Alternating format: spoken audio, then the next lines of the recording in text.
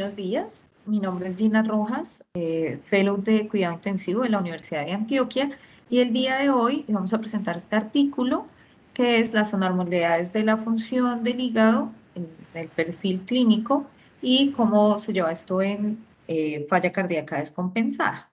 Este es un estudio que sale en el European Herald Journal en el 2013. ¿Y cuál es el objetivo de este estudio? El objetivo es caracterizar si los cambios en el perfil hepático, que lo vamos a denominar LFT para el resto de la charla, cambia o cómo cambian pacientes con falla cardíaca aguda, que la vamos a denominar ADHF en esta charla. ¿Para qué? Para evaluar cuál es la prevalencia de anormalidades en los test de función hepática y si esto impacta, si test anormales impactan a corto y largo plazo en la mortalidad de los pacientes. Este estudio es un estudio, un análisis post-hoc que se basa en el estudio SURVIVE que salió, que es de levosimendan versus dobutamina, que se hizo entre el año 2003 a 2004.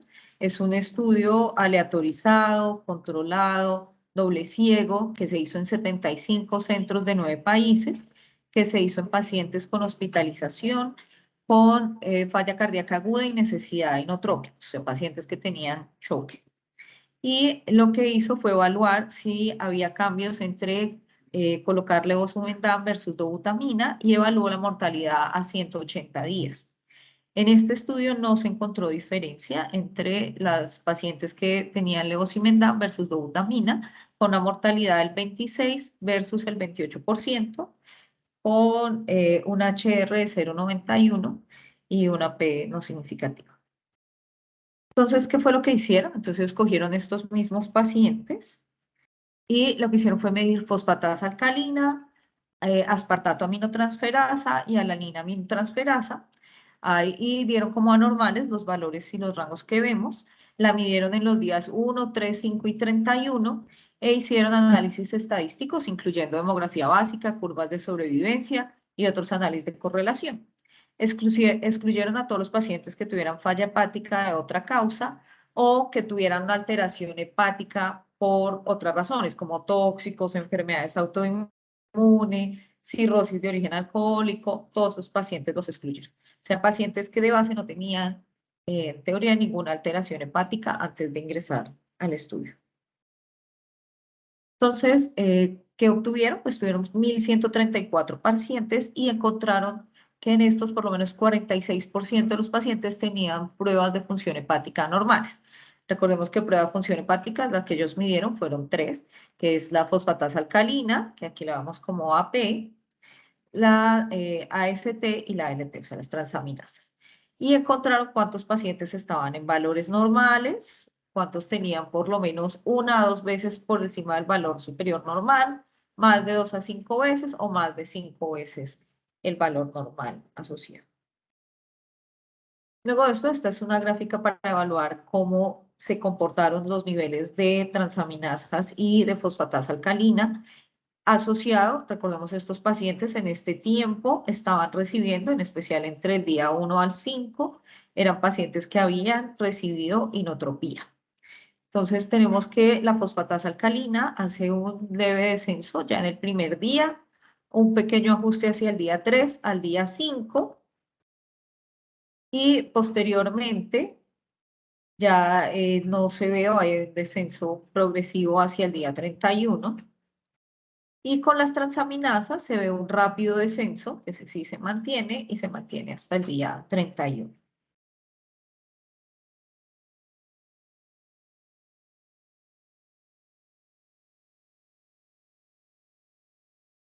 Entonces, ¿qué encontraron o qué asociaciones empezaron a encontrar? Entonces lo que encontraron, no sé si se está viendo el cursor.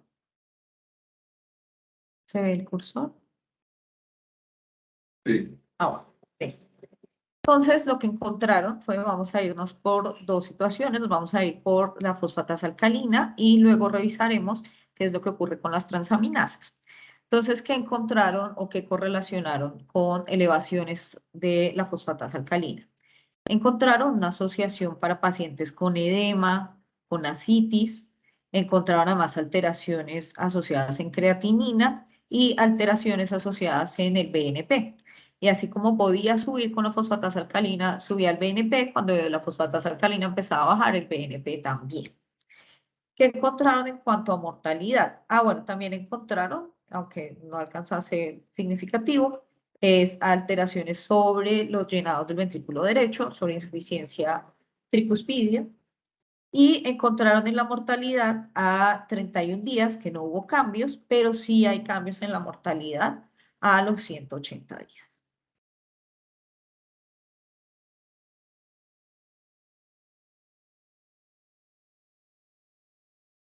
Entonces, si lo vemos, lo que hicieron fue ya después un análisis multivariado de los factores que pueden predecir una fosfatasa alcalina normal y encontraron factores como la citis, el edema periférico, el uso, la elevación del BNP, que ya habíamos hablado de eso, la creatinina.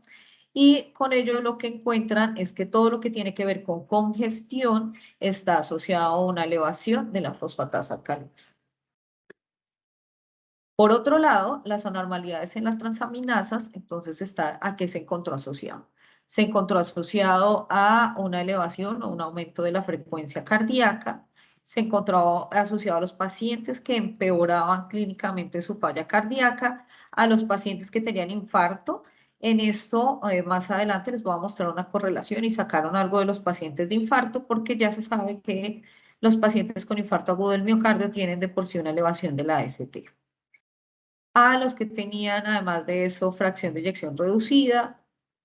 Y aquí sí cambia la mortalidad desde el día 31, desde los primeros días, puede encontrarse una diferencia en mortalidad en los que tienen transaminasas elevadas comparados con los que no la tienen. Y obviamente es mucho mayor si se ve hacia los 180 días.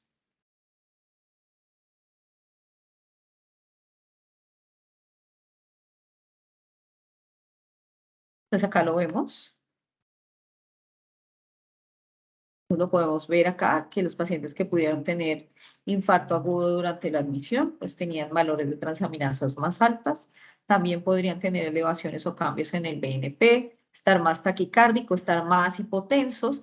Generalmente utilizaban dosis de beta bloqueador más baja o no lo tenían antes. Y obviamente tenían peor eh, desenlace en la falla cardíaca o empeoramiento de la falla cardíaca. Y estas son las curvas de Kaplan-Meier para evaluar cómo les va efectivamente a la mortalidad y cómo estaban los valores precisamente de las transaminasas, los pacientes de riesgo, y cómo la probabilidad de supervivencia iba cayendo a medida que había valores anormales de la fosfatasa alcalina, que ya vimos que en los primeros 30 días realmente no se ve diferencia, pero la diferencia sí se va viendo a largo plazo hacia los 180 días. Y con las transaminasas, como vemos, sí una diferencia notoria desde el principio, dado que estas están asociadas a hipoperfusión y cómo eso puede llevar rápidamente a la mortalidad en los pacientes desde el principio y obviamente mucho más notorio hacia los 180 días. Esta era para mostrarles cómo sacaron, o sea, dijeron, ¿será que si sacamos a los pacientes de infarto, esto cambia? O sea, realmente sí hay un cambio. Entonces sí se ve una diferencia significativa en los valores de fosfatasa alcalina y no se ve tanto, o sea, los valores asociados en los pacientes con transaminasas elevadas, en especial con la ST, que era lo que ya les había comentado. Entonces, ¿cuáles son los resultados? Entonces, tenemos dos asociaciones que se encuentran acá. Una asociación de fosfatasa alcalina y congestión, que vimos que la mortalidad es igual a los 31 días, y esto lo justifican ellos en el estudio diciendo que en falla cardíaca los signos congestivos tampoco se encontraron con mayor mortalidad en los pacientes con falla cardíaca. O sea que en principio no están asociados a mortalidad inmediata, pero sí a largo plazo y que tiene una buena correlación con BNP. Y por otro lado, encontrar una asociación entre las transaminasas y la hipoperfusión. Y por eso la mortalidad es más alta o se ve de forma más temprana.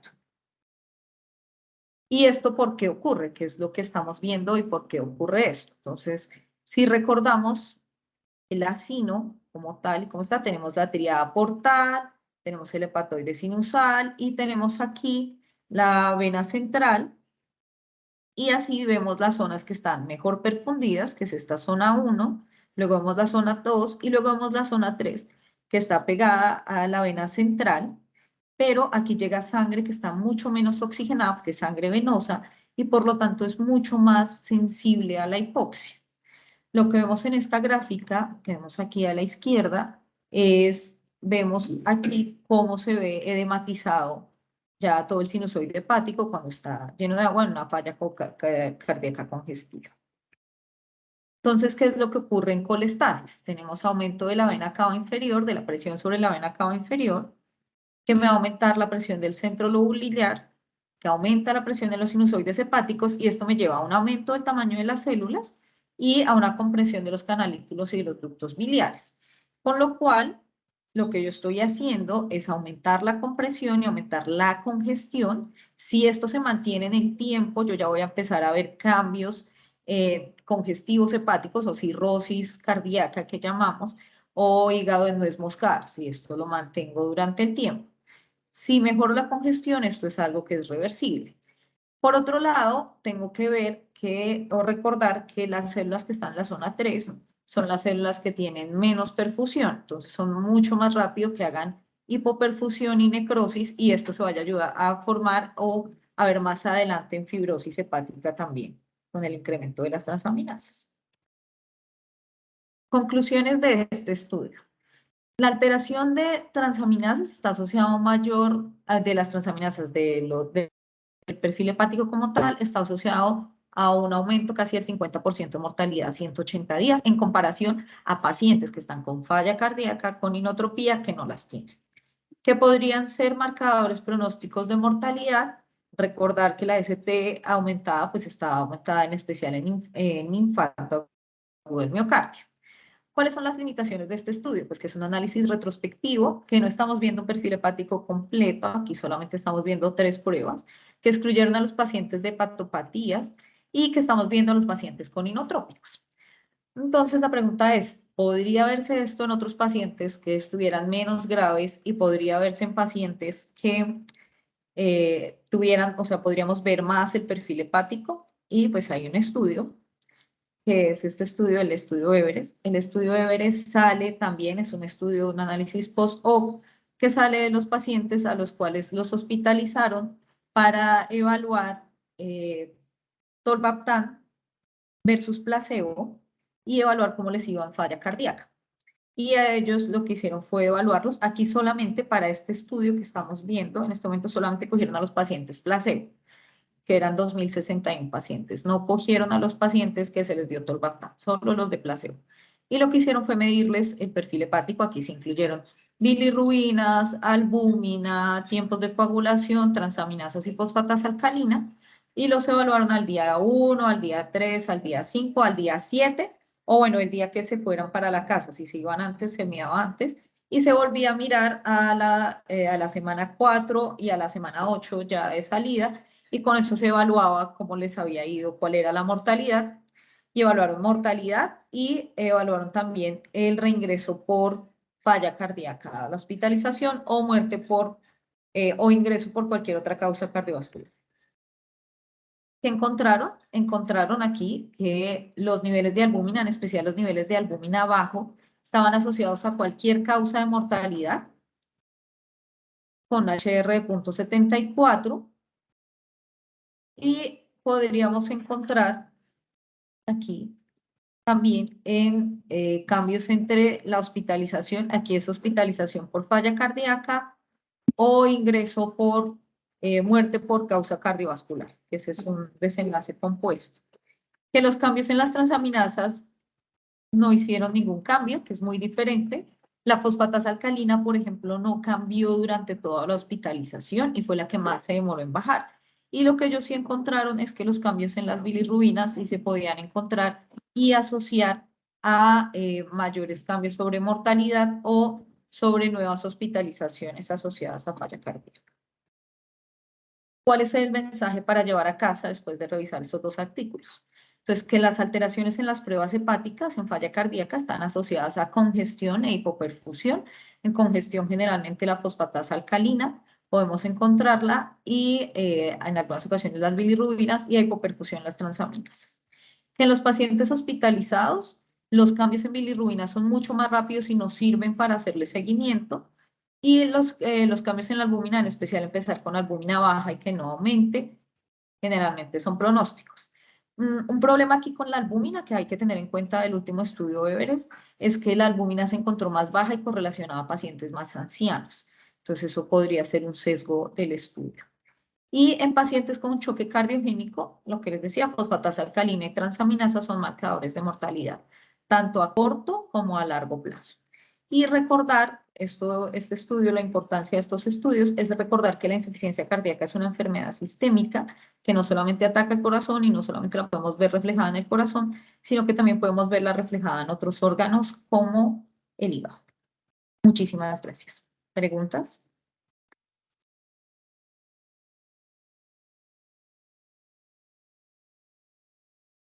Bueno, muy bien, Gina. Dentro del público hay preguntas, levanten la mano, por favor. Me gustaría que los fellows que también revisaron conmigo este tema de la lesión hepática en falla cardíaca nos dieran sus opiniones. ¿Cómo les parece digamos que la apertura a un nuevo concepto de la lesión hepática en falla cardíaca y que no sea simplemente el concepto de congestión? Aquí veo, por ejemplo, a Juan Fernando, a Ricardo. ¿Alguno de ustedes dos quiere dar alguna opinión? Juan Fernando, Ricardo.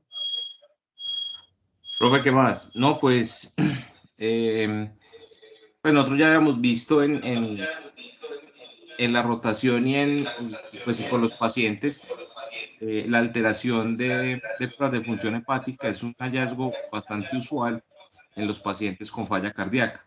Sin embargo, siempre, pues, cuando uno no ha revisado estos estudios y no tiene claro cómo esa fisiopatología, pues tiende a pensar que el paciente generalmente está cursando con una patología hepática concomitante. Sin embargo, pues, aunque no es el mejor de los valores predictivos positivos de estas pruebas, pues es un marcador subrogado, sobre todo considero yo las bilirrubinas, que aunque no sirven para seguimiento, pues sí me parece que es un marcador válido para pensar en congestión. Entonces, casi que siempre que uno ve pacientes con falla cardíaca avanzada en la UCI y les hace un perfil hepático, pues por lo general el paciente congestivo va a estar con hiperbilirrubinemia, casi siempre, sin estar cursando pues con cirrosis hepática. Eh, y obviamente pues ya las transaminasas, su valor casi siempre está en el contexto de hepatopatía hipoxicoisquémica, y cuando tenemos los dos marcadores, transaminasas y bilirrubinas elevadas, pues generalmente estamos enfrentados a un paciente con un compromiso de la perfusión y de la congestión bastante severos. Entonces yo creo que es como empezar a socializar y a explicarle pues a la gente que estas dos marcadores pues son subrogados de, de descompensación de la falla, y pues obviamente habría que pensar en hacer estudios que validen eso, porque lo que se tiene es básicamente lo que se obtuvo del Survive, pero no he visto o no he encontrado estudios que lo intenten validar ya de manera independiente a nivel prospectivo. Eso es como lo que yo pensaría pues al respecto, profe. Bueno, muchísimas gracias, Juan Fernando. Richie, ¿quieres dar alguna opinión? ¿Quieres hacer alguna adición? Ricardo.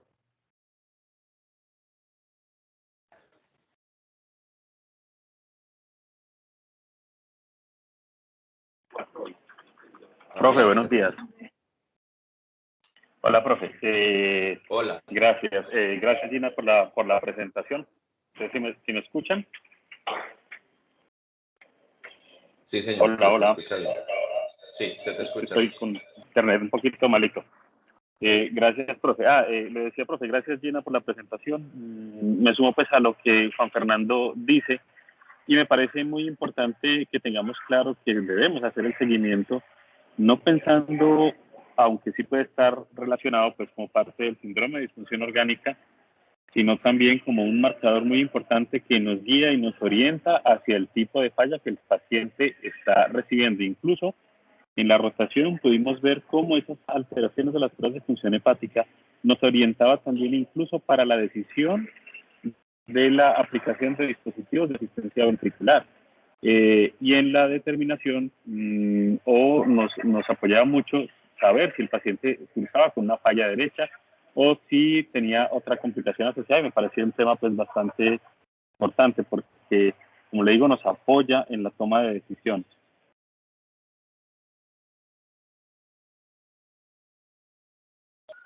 Sí, señora, sí, es muy importante. Me acuerdo mucho de casos que cuando llegamos a verlos, pues casos con falla cardíaca tenían una solicitud de evaluación por hepatología para tratar de descartarle una lesión hepática. No sé si, Dina, ¿has escuchado hablar del estudio RELAX? RELAX HF, ¿no?